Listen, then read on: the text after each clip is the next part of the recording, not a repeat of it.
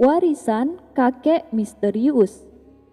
Dikisahkan pada suatu hari Abu Nawas bepergian ke kampung seberang. Ketika sampai di kampung tersebut, ia segera menuju ke pasar untuk menjual barang dagangannya. Di tengah perjalanan, ia bertemu dengan seorang kakek yang sudah tua. Sambil terhuyung-huyung, kakek itu berjalan dengan berpegangan kepada tongkatnya. Kasihan sekali kakek itu. Sepertinya dia sedang sakit, pikir Abu Nawas. Ketika tepat di depan Abu Nawas, sang kakek tiba-tiba pingsan dan terjatuh ke tanah. Abu Nawas pun langsung menolongnya. Setelah diberi minuman oleh Abu Nawas, sang kakek akhirnya kembali sadar. "Kek, rumah kakek di mana? Biar saya antar," kata Abu Nawas. "Terima kasih wahai orang baik, rumahku tak jauh dari sini," balas kakek tua. Kemudian Abu Nawas menggendongnya dan mengantarnya sampai di depan rumah. Melihat ayahnya digendong oleh orang tak dikenal, keluarganya menjadi panik. "Kenapa dengan ayah kami?" tanya mereka. "Dia tadi pingsan di jalan," jawab Abu Nawas. "Terima kasih atas bantuannya, Tuan. Silakan langsung dibawa masuk saja," balas mereka. Abu Nawas lalu membaringkan kakek tersebut di atas tempat tidurnya. Tak lama kemudian, sang kakek berpesan kepada ketiga anaknya, "Wahai anakku, sebelum aku meninggal, aku ingin membagikan warisan untuk kalian. Kau anak pertama, untukmu daerah komplek perumahan di Baghdad. Kau anak kedua, untukmu daerah komplek perumahan di Damaskus. Dan kau anak ketiga, untukmu daerah komplek perumahan di kota Basrah." Mendengar itu, Abu Nawas hampir tak percaya. Ternyata di balik penampilan kakek yang sederhana, dia adalah orang yang sangat kaya raya. Kakek itu lalu kembali berkata, "Sebenarnya masih ada tersisa satu warisan lagi, tapi aku bingung untuk siapa. Apakah di antara kalian ada yang mau menerimanya?" tanya sang kakek. Ketiga anaknya hanya terdiam. Lalu salah satu dari mereka berkata, "Ayah, kenapa tidak berikan saja kepada orang lain?" Sang kakek bertanya, "Apakah kalian yakin kalian tidak keberatan?" Dengan serempak mereka menjawab, "Tidak." Tiba-tiba Abu Nawas menyela, "Kenapa tidak diberikan kepadaku saja? Bukankah aku telah menolong kakek?" Sang kakek membalas, "Baiklah, di Baghdad aku masih punya satu lagi komplek perumahan dan itu aku berikan untukmu." Singkat cerita, beberapa hari kemudian si kakek meninggal dunia.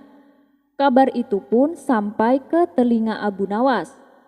Kemudian ia segera pergi menuju rumah keluarga kakek tersebut. Setibanya di sana, Abu Nawas meminta hak waris yang telah dijanjikan oleh mereka.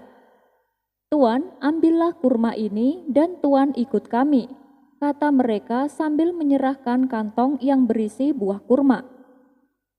Abu Nawas pun menerimanya dan berjalan mengikuti ketiga saudara tersebut.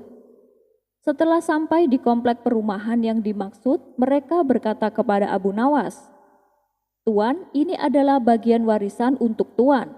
Silakan Tuan jualan kurma di tempat ini." Abu Nawas merasa bingung dengan perkataan mereka. "Maksudnya bagaimana? Yang aku minta adalah jatah warisan buatku," tanya Abu Nawas. "Ya, inilah warisan yang Tuan dapatkan. Ayah kami mewariskan rute jualan kurma. Karena ayah kami semasa hidupnya berprofesi sebagai penjual kurma keliling," jelas mereka. Mendengar itu, Abu Nawas hanya bisa melongo. Kisah selanjutnya. Untuk menjadi polisi, TNI ataupun PNS pasti harus mengikuti tes seleksi. Begitu pula dengan Nabi Sulaiman ketika ia akan menjabat sebagai raja. Ia terlebih dahulu diharuskan mengikuti tes seleksi. Berikut kisah lengkapnya. Seperti kita ketahui bahwa ayahnya Nabi Sulaiman, yakni Nabi Daud alaihi salam, merupakan seorang raja pada masa Bani Israel. Nabi Sulaiman sering belajar pengetahuan dari ayahnya secara langsung, bahkan seringkali bergabung dengan ayahnya ketika mengadakan rapat istana. Begitu pula ketika sedang ada persidangan. Saat persidangan, Nabi Sulaiman sering mengamati dan sesekali berkontribusi dalam diskusi. Pada suatu ketika, Nabi Daud alaihi salam memanggil 19 putranya termasuk Nabi Sulaiman.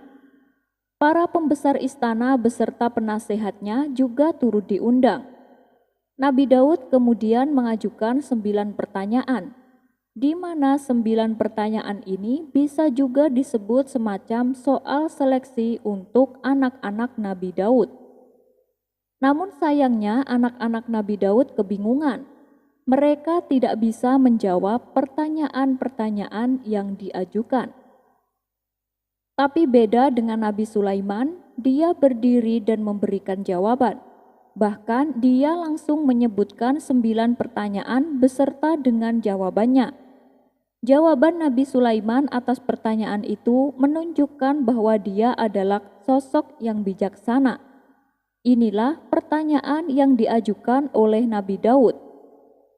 Pertanyaan pertama, benda apa yang paling dekat dengan manusia? Nabi Sulaiman menjawab, hal-hal yang paling dekat dengan manusia adalah akhirat, hidup, dan mati. Karena seseorang dapat mati setiap saat. Pertanyaan kedua, apakah di dunia ini yang paling jauh? Nabi Sulaiman menjawab, hal terjauh adalah waktu, sebab yang telah berlalu tidak akan datang lagi. Pertanyaan ketiga, manakah 2 hal yang melekat satu sama lain? Nabi Sulaiman menjawab, 2 hal yang melekat satu sama lain adalah tubuh manusia dengan jiwanya. Pertanyaan keempat, apa hal yang paling menakjubkan? Nabi Sulaiman, tertipu minyak wangi. Suatu ketika, Abu Nawas mendengar kabar bahwa di sebelah tempat pemandian umum ada toko minyak wangi yang menjual candu, di mana candu tersebut katanya apabila ada orang yang menghisapnya, kesadarannya akan hilang alias mabuk. Karena penasaran, Abu Nawas pun timbul keinginan untuk mencobanya. Maka berangkatlah ia menuju toko minyak wangi tersebut. Ia lalu membeli sedikit candu dan dibawanya ke pemandian umum sambil berendam di air. Abu Nawas menghirup candu tersebut. Tapi setelah candu itu habis, Abu Nawas tak merasakan apapun. Ah, dasar omong kosong, apanya yang bisa membuat mabuk? Aku masih waras begini dan sama sekali gak kehilangan akal, gumam Abu Nawas dalam hati. Merasa dirinya kena tipu, ia pun keluar dari kolam pemandian dan hendak meminta ganti rugi. Ia pun berjalan dengan mantap seperti seseorang yang sedang menahan amarah. Orang-orang yang melihat perilaku Abu Nawas ini menjadi heran dan bertanya, "Kamu mau kemana, Abu Nawas?" tanya mereka. "Aku akan ke penjual minyak wangi itu, mau minta ganti rugi aku," jawab Abu Nawas. "Memangnya kenapa?" tanya mereka. "Dia telah menipuku. Katanya candu yang dijual bisa memabukkan dan bisa membuat orang kehilangan akal. Tapi aku sama sekali tak merasakan apapun. Aku masih waras dan aku juga baik-baik saja," jawab Abu Nawas. Spontan orang-orang tertawa mendengarnya. "Coba kau perhatikan apa yang sedang kau kenakan itu, Abu Nawas," seloroh mereka. Abu Nawas pun langsung melihat ke dirinya sendiri. Spontan ia terkejut dan heran. "Loh, kenapa aku bisa telanjang begini?" batin Abu Nawas dengan ekspresi wajah bingung. Begitu menyadari dirinya dalam keadaan telanjang, Abu Nawas pun segera berlari ke kolam dan menceburkan dirinya. telur rebus yang bisa menetas. Diceritakan ada seorang pedagang India membawa barang-barang dagangannya untuk dijual di kota Baghdad. Kemudian ia menyewa penginapan untuk beberapa hari, di mana di sebelah penginapan tersebut terdapat warung makan, dan ia pun memesan makan malam. "Tuan mau pesan apa?" tanya pemilik warung. "Saya pesan 1 ekor ayam panggang dan sebutir telur," jawab orang India. Setelah selesai makan, ia hendak membayarnya, namun si pemilik warung sudah keburu tidur. Terpaksa ia menundanya esok hari. Pada pagi harinya, ketika orang India terbangun, rombongan kafilahnya telah berangkat, sementara si pemilik warung masih tertidur. Orang India itu sudah memanggilnya berkali-kali, tapi si pemilik warung tidak muncul juga. Karena terburu-buru menyusul kafilahnya, maka ia tak sempat membayar tagihannya. Secara kebetulan, setahun kemudian rombongan kafilah orang India tersebut menginap di tempat yang sama. Ia pun memesan makan malam di warung yang sama dengan menu yang sama seperti tahun sebelumnya. Setelah selesai makan, ia berkata kepada pemilik warung, "Tuan, setahun yang lalu aku berhutang makanan padamu." Si pemilik warung bertanya, "Memangnya apa yang Tuan makan?" "Saya makan 1 ekor ayam panggang dan sebutir telur, seperti yang aku makan sekarang," jawab orang India. Kemudian si pemilik warung dengan hati-hati menghitung total makanan yang harus dibayar. "Semua jumlahnya 1.000 dinar, Tuan," kata si pemilik warung. Orang India itu terkejut bukan main. "Apa? Tidak mungkin. Mungkin kau salah menghitungnya," protesnya. "Oh, tidak, Tuan. Saya sudah menghitungnya dengan benar," ujar si pemilik warung. "Kau gila ya? Hanya 2 ekor ayam dan 2 butir telur harganya sampai semahal itu?" tanya orang India. "Tenang, Tuan. Saya tidak mungkin meminta yang bukan hak saya. Tapi Tuan malah menyebutku gila," timpal si pemilik warung. "Baiklah, tapi tolong katakan padaku apa alasannya. Kenapa aku harus membayar semahal itu?" pinta orang India. "Coba Tuan pikirkan dengan hati-hati barang sejenak. Tagihan itu berkaitan dengan tahun lalu, Tuan. Tuan makan 1 ekor ayam dan sebutir telur. Jika ayam itu masih hidup, tentunya saya akan membuat ayam itu mengerami telurnya, sehingga telur itu pun menetas dan menghasilkan anak ayam. Dari anak ayam tersebut, nantinya akan menghasilkan telur yang banyak. Kemudian telur itu akan menetas dan menghasilkan puluhan ekor ayam dan seterusnya. Semestinya saya sudah mempunyai ribuan ekor ayam dan telur, Tuan. Tapi saya telah kehilangan keuntungan itu hanya karena untuk mengisi perut Tuan," kata si pemilik warung menjelaskan. Pertengkaran keduanya pun tak terelakkan, sehingga menarik perhatian kafilah yang ada. Setiap menit mereka mencoba menyudahi percekcokan kedua orang itu, tetapi tidak ada yang berhasil. Akhirnya diputuskan untuk meminta bantuan kepada hakim setempat. Ketika Tuan Hakim datang dan diceritakan masalahnya, ia justru mengeluarkan keputusan yang memihak kepada si pemilik warung. "Yang dikatakan pemilik warung ada benarnya. Jadi kamu harus membayar 1.000 dinar," kata Tuan Hakim. Orang India yang sangat malang itu sangat bingung dan cemas. Ia tidak tahu apa yang harus dilakukan. Di saat itulah ternyata ada salah satu orang yang bersama rombongannya kenal dan berkawan dengan Abu Nawas. Orang itu tahu bahwa hanya Abu Nawas yang dapat memecahkan masalah ini. Maka ia pun berkata di hadapan orang-orang, "Saya akan panggil kawanku. Dia adalah seorang hakim kota. Nanti apapun keputusannya harus diterima," kata orang itu. Mereka pun setuju. Maka pergilah ia ke rumah Abu Nawas. Sesampainya di sana, di hadapan Abu Nawas, ia menceritakan masalahnya. "Baiklah, cepatlah kau kembali dan katakan kepada orang-orang, 1 jam lagi aku akan datang," tutur Abu Nawas. Setelah ia kembali, orang-orang mulai menunggu kedatangan Abu Nawas. Tapi sudah 1 jam berlalu, Abu Nawas tak kunjung datang.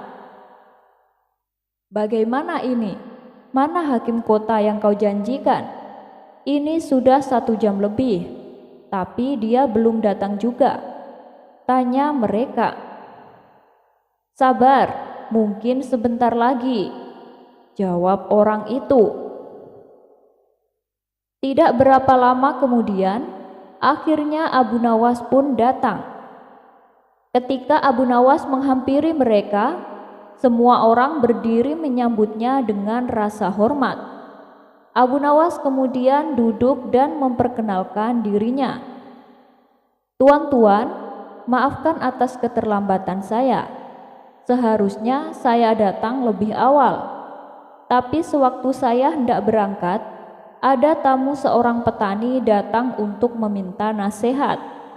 Kebetulan selain menjadi hakim, saya juga tahu banyak tentang ilmu pertanian.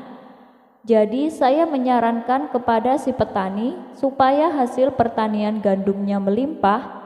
Alangkah baiknya sebelum biji gandum ditanam harus direbus terlebih dahulu," kata Abu Nawas menceritakan. Mendengar cerita Abu Nawas, hakim setempat dan orang-orang menjadi heran dan saling berbisik satu sama lain. "Sungguh aneh hakim ini, pasti orang gila," pikir mereka. Kemudian hakim setempat berkata kepada Abu Nawas, "Mana ada biji gandum yang sudah direbus bisa menghasilkan panen yang melimpah?" "Betul itu tidak mungkin dan sangat mustahil," timpal si pemilik warung. "Kalau kau anggap itu mustahil, apalagi dengan ayam dan telurmu yang sudah dimasak, mana mungkin bisa berkembang biak sampai ribuan? Coba katakan padaku, mana yang lebih mustahil?" tanya Abu Nawas kepada si pemilik warung. Semua orang terkejut dengan jawaban telak Abu Nawas. Sementara si pemilik warung hanya terdiam dan tak berani berkata sepatah pun. Tuan hakim setempat pun membenarkan apa yang diucapkan oleh Abu Nawas. "Anda benar, Tuan Abu, ayam dan telur yang sudah dimasak tidak mungkin dapat berkembang biak," ujar Tuan Hakim. Akhirnya diputuskan bahwa orang India hanya membayar makanan sesuai dengan harga yang semestinya. Keduanya pun berdamai dan saling memaafkan. Taubatnya seorang raja kafir yang sombong. Dikisahkan, dahulu di suatu negeri ada seorang raja yang sangat sombong dan suka menghina. Kesombongannya ini bukan ditunjukkan kepada manusia, tetapi kepada Allah yang merupakan Tuhannya orang Muslim. Saking tidak sukanya kepada Allah, raja tersebut bahkan sampai mengejeknya. Baginya Tuhan yang sejati adalah berhala yang disembahnya. Akibat perbuatannya ini membuat kaum muslimin merasa geram dan jengkel. Mereka tidak mempermasalahkan raja menyembah berhala, Tapi kalau sudah menghina dan mengejek Allah, maka jalan satu-satunya adalah dengan memerangi dan membunuhnya. Akhirnya terjadilah peperangan antara kaum muslimin melawan raja beserta pasukannya. Dengan izin Allah, raja dan pasukannya berhasil dikalahkan. Sementara raja yang sombong itu berhasil ditangkapnya hidup-hidup. Kemudian kaum muslimin saling berunding memikirkan bagaimana membunuh raja dengan cara yang menyakitkan. Bagaimana cara kita membunuhnya? Ia telah berbuat sombong terhadap Allah, tanya salah satu dari mereka. Akhirnya mereka bersepakat meletakkan sang raja di sebuah bejana besar dengan kepala diikat, kemudian di bawahnya dinyalakan api. Ketika sang raja merasakan panasnya api, maka ia berteriak memanggil nama berhala-berhalanya dengan berharapan bisa menolong dirinya. Hai Lata, selamatkanlah aku. Hai Uzza, selamatkanlah aku dari siksa yang aku alami saat ini. Akan tetapi usahanya sia-sia. Yang ada api malah semakin membesar yang membuat dirinya semakin kepanasan. Menyadari bahwa berhala-berhala yang ia sembah tak bisa menolongnya, ia pun putus asa dan meminta pertolongan Allah. Lalu terucap kalimat tauhid dari bibirnya, La ilaha illallah Muhammadur Rasulullah. Tidak ada Tuhan selain Allah dan Muhammad utusan Allah. Ia terus mengucapkan kalimat tersebut berulang-ulang, hingga akhirnya Allah menurunkan hujan lebat. Api yang tadinya menyala-nyala dengan besar seketika langsung padam dan bejana pun menjadi dingin. Kemudian Allah mengirimkan angin besar dan menerpa bejana tersebut hingga melayang di udara. Raja yang masih dalam bejana semakin panik dibuatnya, tapi ia terus mengucapkan kalimat tauhid. Angin pun datang semakin besar yang membuat bejana itu terbang semakin jauh. Akhirnya bejana tersebut mendarat di sebuah pulau yang dihuni oleh kaum yang tidak mengenal Allah. Melihat ada bejana besar jatuh dari langit, kaum ini pun penasaran dan mendekatinya. Mereka memeriksa dan membukanya. Tiba-tiba mereka melihat sesosok manusia. Dengan segera mereka mengeluarkan raja tersebut dan bertanya, "Siapa kamu? Apa yang telah terjadi denganmu?" Raja itu menjawab, "Aku adalah raja di suatu wilayah." Kemudian sang raja menceritakan kisahnya kepada kaum tersebut. Mendengar kisah menakjubkan yang dialami sang raja, mereka semua pun memeluk Islam. Kisah ini terdapat dalam kitab Al-Mawa'idhul Usfuriyah karya Syekh Muhammad bin Abu Bakar. Serba salah. Pada suatu hari, di majelis tempat Abu Nawas mengajar, ia melihat salah satu muridnya sedang termenung. Abu Nawas selalu menghampiri murid tersebut. "Wahai anakku, ada apa denganmu?" tanya Abu Nawas. "Saya tuh bingung Tuan Guru, kenapa ya perbuatan saya itu selalu dianggap salah?" tanya muridnya. "Loh, memangnya apa yang telah kamu lakukan?" tanya Abu Nawas kembali. "Saya ini hanya ingin berbuat baik Tuan Guru, tapi selalu saja ada orang yang menyalahkanku," jawab muridnya itu kembali. Abu Nawas hanya tersenyum mendengar penuturan muridnya itu. Ia pun kemudian berkata, "Ayo ikut denganku," ajak Abu Nawas kepada muridnya. Abu Nawas mengajak muridnya berkeliling kampung dengan membawa seekor keledai. "Kamu naiklah ke atas punggung keledai, biar saya yang berjalan untuk menuntunnya," ucap Abu Nawas. Belum juga lama berjalan, mereka berdua berpapasan dengan beberapa orang. Salah satu dari mereka mencibir dengan mengatakan, "Hei kawan, coba lihat anak itu. Dia enak-enakan naik keledai, sedangkan gurunya dibiarkan berjalan kaki. Sungguh anak yang tak punya sopan santun." Mendengar hal itu, murid Abu Nawas segera turun dari keledainya.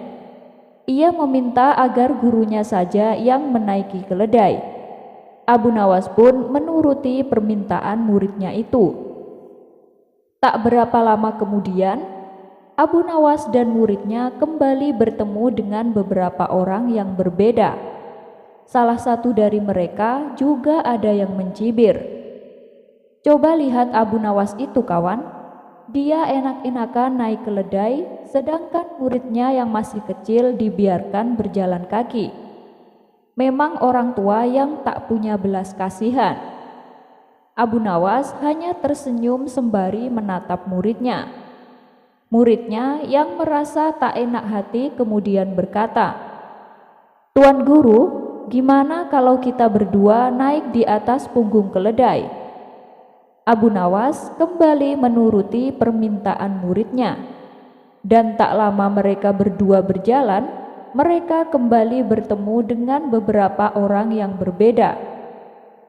Salah satu dari mereka ada yang mencibir, "Hei kawan-kawan, lihatlah mereka berdua. Masa keledai yang kecil dan lemah dinaiki dua orang? Sungguh mereka telah berbuat zalim kepada binatang." Mendengar hal itu, Abu Nawas menatap muridnya. Si murid tampak merasa bersalah. "Tuan Guru, lebih baik kita tuntun saja keledainya. Kita berdua cukup jalan kaki saja, Tuan Guru," pinta si murid kepada Abu Nawas. Dan untuk kesekian kalinya, Abu Nawas kembali menuruti permintaan muridnya. Baru beberapa saat mereka melanjutkan perjalanan, Abu Nawas dan muridnya bertemu dengan beberapa orang yang berbeda lagi. Salah satu dari mereka berkata, "Wah, coba kawan lihat mereka berdua. Betapa bodohnya mereka. Untuk apa coba membawa keledai kalau tidak dinaiki?" Abu Nawas pun hanya tersenyum. Akan tetapi sang murid semakin terlihat merasa bersalah.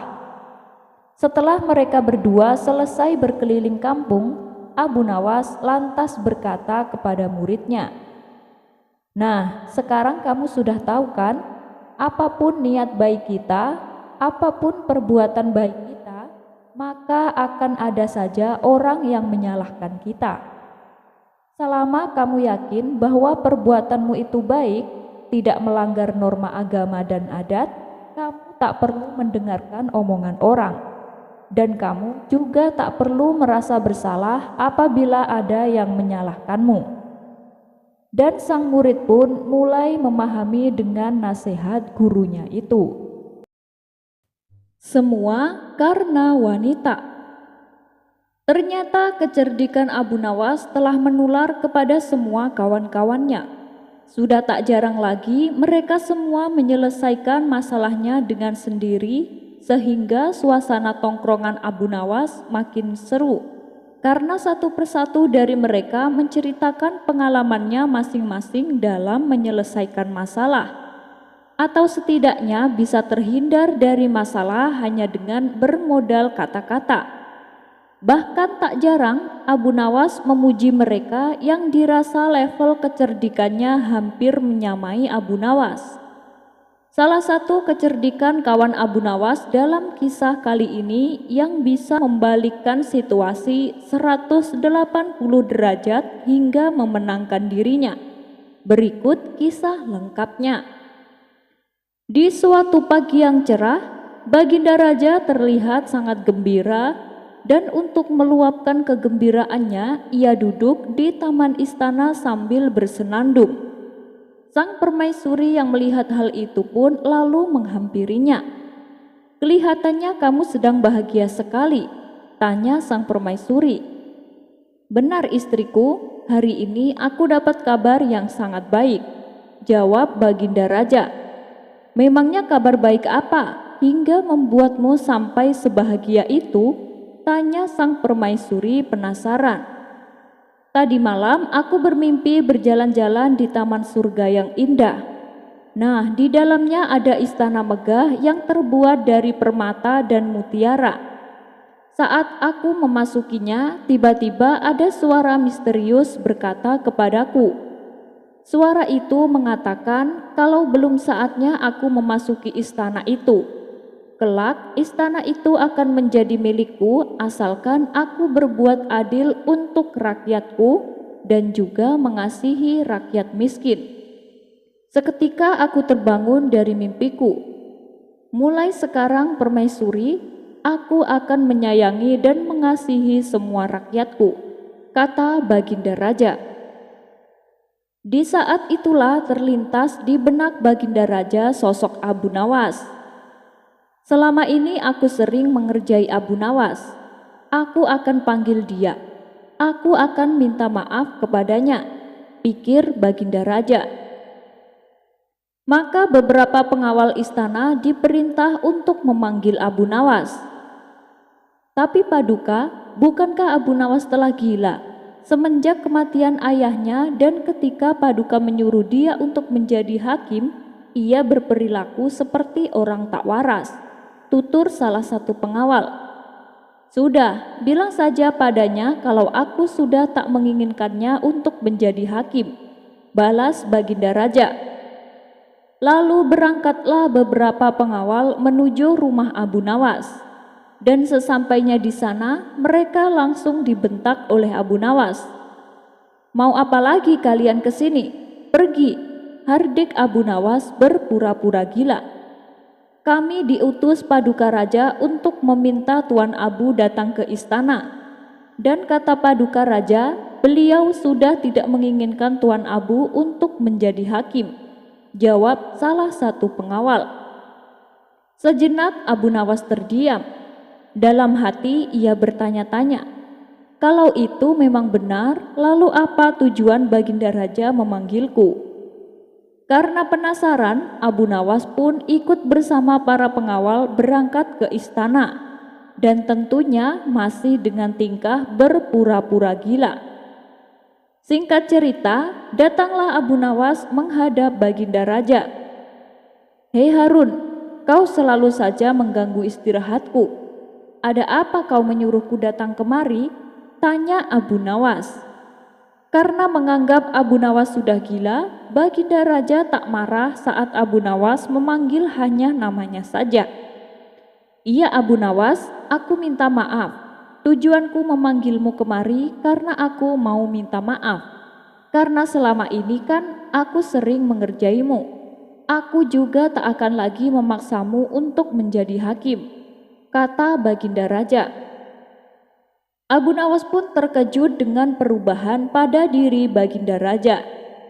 Ia tak lagi mudah marah, malah bersikap santun kepada dirinya, meskipun Abu Nawas telah berbuat tidak sopan. Bagaimana kalau kita makan-makan Abu Nawas, apalagi menunya hidangan ikan, pasti nikmat dan lezat, ajak Baginda Raja. Dan tanpa pikir panjang, Abu Nawas menyetujui ajakan tersebut. Kemudian Baginda Raja memerintahkan salah satu prajurit memanggil seorang nelayan untuk membawakan ikan. Tidak berselang lama, datanglah nelayan itu dengan membawa ikan-ikan permintaan dari Baginda Raja. Ternyata sang nelayan adalah kawan Abu Nawas yang juga cerdik seperti dirinya.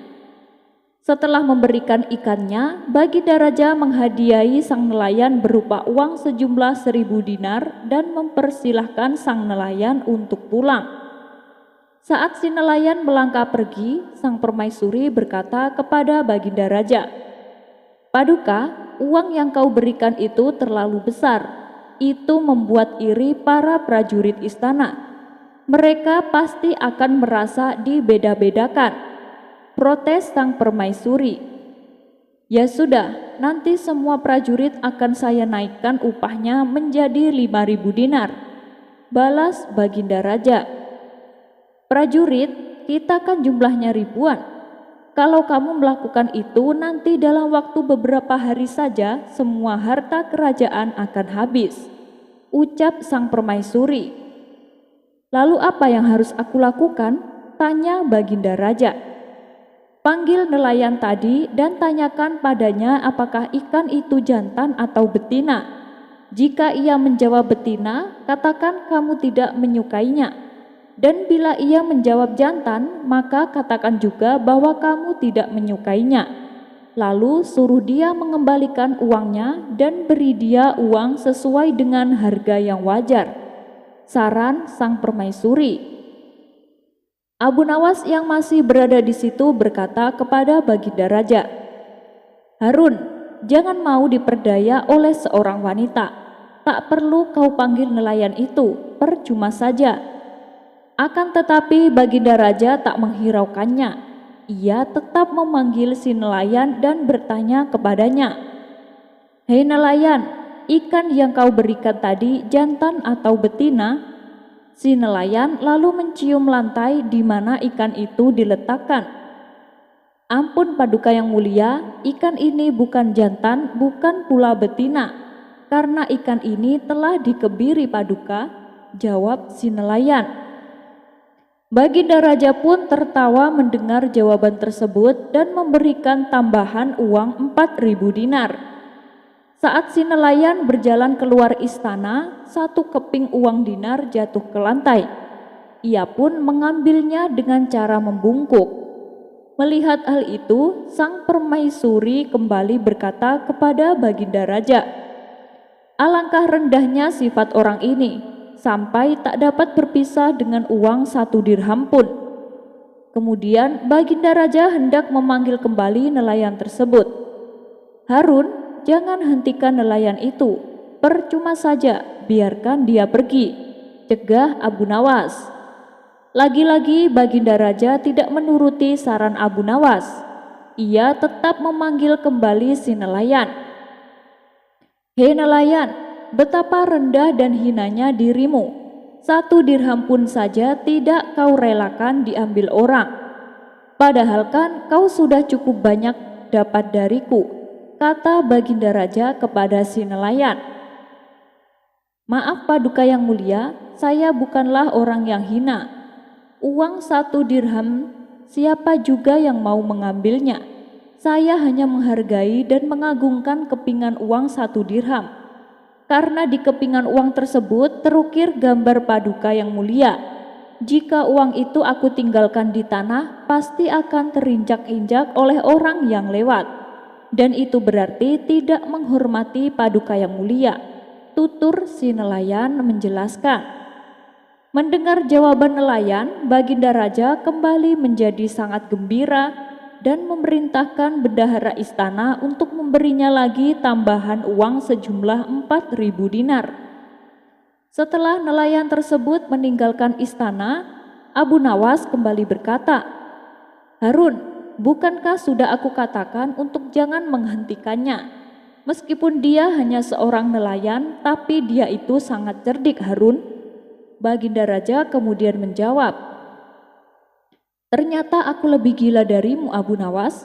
Padahal aku telah menasihatiku, tapi aku tidak mau mendengarkannya, malah menuruti wanita yang justru membuatku kehilangan banyak uang."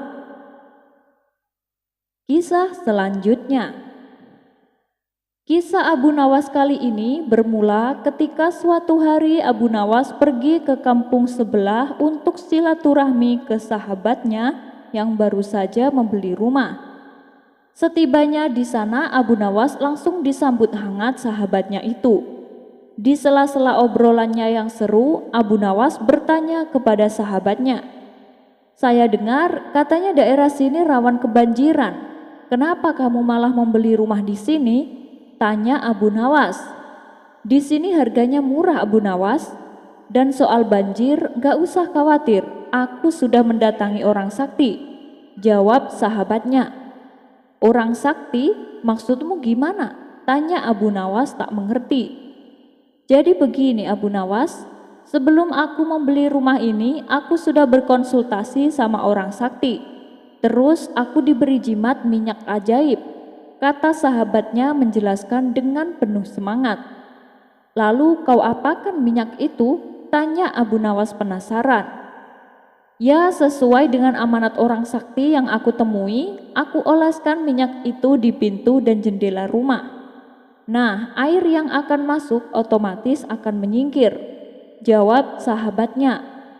Abu Nawas hanya menggeleng-gelengkan kepala mendengar pernyataan sahabatnya itu. Kamu dari dulu sama saja, masih percaya begituan, ucap Abu Nawas. Lah, buktinya selama ini rumahku gak pernah kebanjiran, Abu Nawas, balas sahabatnya. Setelah waktu menjelang maghrib, Abu Nawas hendak pamit untuk pulang, namun dicegah oleh sahabatnya. Menginap di sini saja, Abu Nawas, lagian ini juga sudah gelap mendungnya. Kayaknya mau turun hujan nanti, kamu malah kehujanan di tengah jalan, tutur sahabatnya.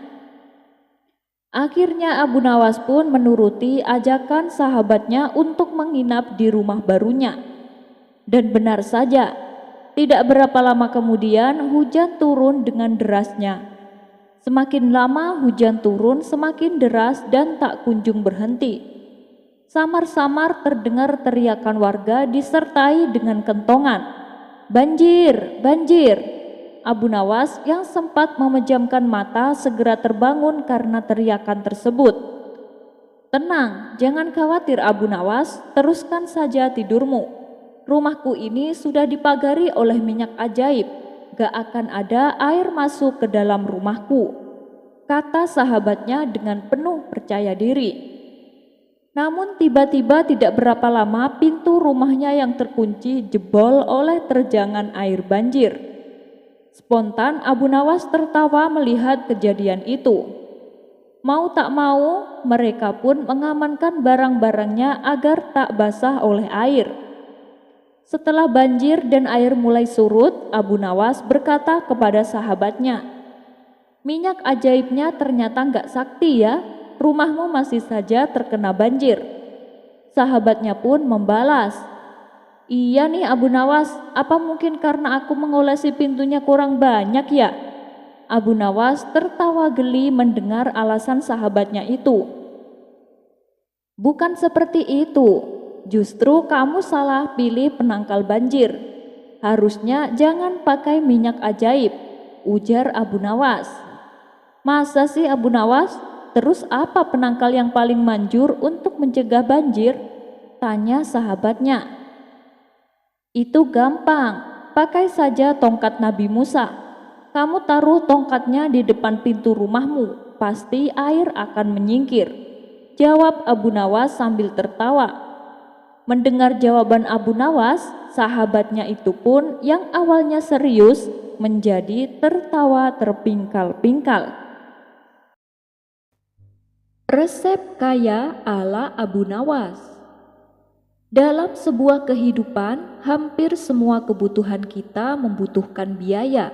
Itulah mengapa kita harus bekerja mencari rezeki untuk memenuhi kebutuhan kita, termasuk Abu Nawas dan juga orang-orang pada zamannya. Walaupun terkenal dengan kehidupannya yang sederhana dan biasa-biasa saja secara ekonomi, bukan berarti Abu Nawas tidak tahu cara menjadi orang kaya. Bahkan sudah sering dia mendapatkan hadiah pundi-pundi uang dari Baginda Raja. Tapi sesering itu juga ia menyedekahkan sebagian besar hadiahnya kepada yang lebih membutuhkan. Dan di kisah kali ini kita akan diberikan tips oleh Abu Nawas bagaimana caranya menjadi orang kaya. Ya minimal menjadi orang yang berkecukupan. Berikut kisah lengkapnya. Suatu hari Baginda Raja memerintahkan semua menterinya untuk berkumpul di istana. Setelah semua menterinya berkumpul, Baginda Raja lalu menyampaikan maksudnya. Kalian semua aku undang ke sini karena ada beberapa hal yang ingin aku sampaikan. Yang pertama, aku mengucapkan terima kasih kepada kalian karena selama ini kalian telah bekerja keras ikut membantu mengurus negeri yang kita cintai ini. Dan yang kedua, hari ini adalah hari jadi negeri kita. Jadi sebagai rasa terima kasihku, kalian semua akan mendapatkan hadiah. kata Baginda Raja menjelaskan. Mendengar hal itu, para menteri istana bersorak kegirangan. "Terima kasih Paduka yang mulia," kata salah satu menteri. Di tengah suasana kegembiraan itu, tiba-tiba salah satu menterinya bertanya, "Paduka yang mulia, bukankah Abu Nawas juga sering membantu menangani masalah yang ada di dalam negeri kita? Dia juga sering menghibur Paduka, tapi kenapa dia tidak diundang?" Seketika Baginda Raja tersadar. Ia hampir saja melupakan seseorang yang sangat ia kagumi akan kecerdikannya. "Wah, terima kasih menteriku, hampir saja aku lupa," balas Baginda Raja. Kemudian Baginda Raja memerintahkan beberapa pengawal untuk segera memanggil Abu Nawas. Dan tidak berapa lama datanglah Abu Nawas ke istana menghadap Baginda Raja. Sesaat Abu Nawas sempat terkejut karena yang ia lihat tidak seperti biasa. Seluruh menteri istana berkumpul tanpa ada satu orang pun yang tak hadir. "Ampun Paduka yang mulia, ada gerangan apa Paduka memanggil saya? Sepertinya ada masalah yang serius ini," tanya Abu Nawas. "Oh tidak Abu Nawas, gak ada masalah apa-apa. Justru ini adalah hari yang penuh kebahagiaan," balas Baginda Raja. "Alhamdulillah kalau begitu Paduka. Tapi ada tujuan apa saya dan semua menteri istana diperintah menghadap Paduka?" tanya Abu Nawas kembali. Baginda Raja lalu memberitahu bahwa Baginda Raja akan memberi hadiah kepada menterinya, termasuk Abu Nawas. Hadiah yang akan dibagikan tersebut sebagai wujud terima kasih Baginda Raja kepada orang-orang yang telah berjasa ikut andil mengurus negeri dan rakyatnya. Kemudian Baginda Raja mengajak Abu Nawas dan semua menterinya memasuki ruangan besar yang penuh dengan perhiasan emas. "Sekarang kuhadiahkan kepada kalian sebuah kebebasan sampai waktu yang telah aku tentukan. Silahkan peganglah apa yang diinginkan kalian yang ada di dalam ruangan ini, dan itu akan menjadi milik kalian," teriak Baginda Raja. Spontan para menteri berhamburan mencari sesuatu yang mereka senangi. Masing-masing berebutan untuk menyentuh perhiasan yang paling besar agar bisa dimilikinya. Sedangkan Abu Nawas sendiri hanya terdiam. Ia sama sekali tidak ikut memperebutkan hadiah. Ia tetap berdiri di samping Baginda Raja. Melihat hal itu, tentu Baginda Raja menjadi heran. "Loh Abu Nawas, kenapa kamu diam saja? Kamu gak butuh hadiah emas?" tanya Baginda Raja. Ditanya seperti itu, Abu Nawas justru cengengesan sambil terus menatap Baginda Raja. Dan tanpa diduga, dari belakang Abu Nawas memeluk Baginda Raja sangat erat.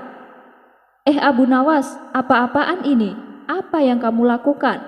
teriak Baginda Raja kesakitan. Baginda Raja berusaha berontak, namun Abu Nawas semakin erat memeluknya. Hingga Baginda Raja pun tak berdaya melakukan sesuatu. "Abu Nawas, kamu sudah gila ya? Lepaskan aku Abu Nawas," teriak Baginda Raja. Kali ini Baginda Raja berontak sekuat tenaga dan akhirnya membuat Abu Nawas terpental jatuh. Ketika Abu Nawas hendak berdiri dan beranjak, Baginda Raja mengumumkan bahwa waktu yang telah ditentukan telah habis. Dari seluruh menteri terlihat masing-masing memegang beberapa perhiasan emas yang berhasil mereka dapatkan. "Emas yang ada di tangan kalian sepenuhnya adalah milik kalian. Silakan dibawa pulang," kata Baginda Raja. Maka satu persatu para menterinya mohon diri pamit pulang. Begitu juga dengan Abu Nawas. Ia mohon pamit kepada Baginda Raja. "Tunggu Abu Nawas, kamu jangan pulang dulu. Aku masih ada urusan sama kamu," ucap Baginda Raja. Baginda Raja lalu menanyakan kepada Abu Nawas perihal tingkah anehnya yang tiba-tiba memeluk dirinya. Sebelumnya maaf Paduka yang mulia, semua menteri Paduka adalah orang-orang yang bodoh. Mereka lebih memilih beberapa harta Paduka. Padahal jika mereka memilih Paduka, niscaya mereka akan memiliki semua harta itu. Aku melihat semua harta Paduka sangat aku sukai, hingga rasanya sayang sekali jika aku hanya memilih salah satunya. Maka aku memeluk Paduka agar Paduka menjadi milikku dan aku bisa memiliki semuanya, kata Abu Nawas menjelaskan. Maksudmu gimana Abu Nawas? Tanya Baginda Raja kebingungan. Begini Paduka yang mulia, kebanyakan manusia di dunia ini itu bodoh Paduka. Mereka lebih memilih harta dunia ketimbang pemilik sejatinya, yaitu Allah. Banyak manusia yang berlomba-lomba hanya untuk mendapatkan sebagian kecilnya saja. Padahal kalau mereka mau memilih dan memiliki Allah, niscaya bukan hanya semua yang ada di muka bumi ini yang akan menjadi miliknya, melainkan Allah pun menjadi miliknya. Dan jika Allah telah menjadi miliknya, semuanya akan ia dapatkan. Ya itulah alasan kenapa saya memeluk Paduka. Dengan begitu saya telah memiliki Paduka, jadi semua yang Paduka miliki kini menjadi milikku juga, termasuk istana dan harta seisinya, ujar Abu Nawas cengengesan. Kamu memang cerdik Abu Nawas, puji Baginda Raja. Maka sebagai hadiahnya kepada Abu Nawas, Baginda Raja mempersilahkan untuk memilih sendiri hadiah dan mempersilahkan Abu Nawas mengambil hadiah sebanyak yang ia inginkan. Akhirnya tanpa bersusah payah dan berebutan, Abu Nawas bisa mendapatkan hadiah emas yang lebih banyak daripada para menteri istana.